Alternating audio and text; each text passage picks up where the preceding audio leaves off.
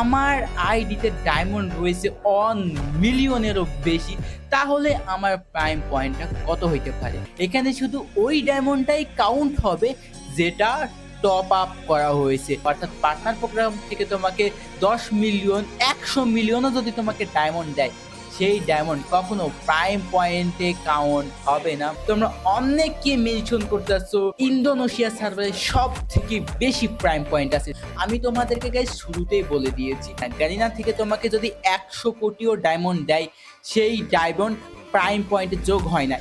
তো গাইস, আমি চলে এসেছি ইন্দোনেশিয়া সার্ভারে।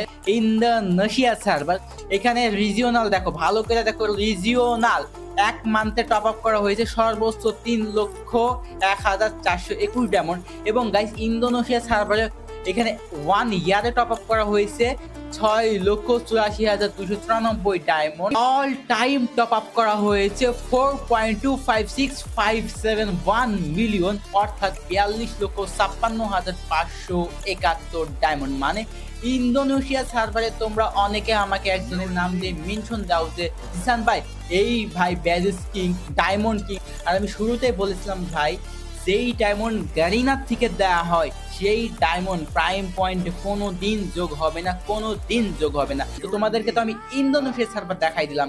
তো ভাই, এখন মেনশন দেওয়ার আগে তোমরা বুঝে শুনে দিও যে কে গারিনার থেকে ডায়মন্ড পাই। আমরা এখানে কোনটা শো করব? যেটা নিজে টপ আপ করছি ভাই, অন্যেরটা নিয়ে কেন আমি ডায়মন্ড কিং হব? যেটা টপ আপ করা হয়েছে, শুধুমাত্র টপ আপ করা হয়েছে, সেটাই প্রাইম পয়েন্ট হিসাবে কাউন্ট হবে। সো গাইস, আমি চলে এসেছি আমার মেইন অ্যাকাউন্টে। এখন আমি আমার প্রাইম পয়েন্টটা রিভিল করব।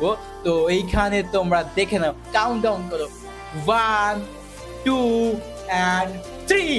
তো এখানে দেখো 13 মিলিয়ন, অর্থাৎ 1,31,77,785 ডায়মন্ড আমি টপ আপ করেছি।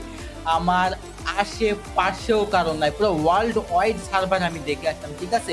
ইন্দোনেশিয়া সার্ভারকে তোমরা সেরা ভাবতা টপ আপের দিক থেকে, কিন্তু ভাই ইন্দোনেশিয়া সার্ভারে অল টাইম টপ আপ রয়েছে 4.2 মিলিয়ন, আর আমার রয়েছে 13 মিলিয়ন, মানে 9 মিলিয়ন আমার বেশি। মানে আমার আশেপাশেও কারণ নেই গাইস।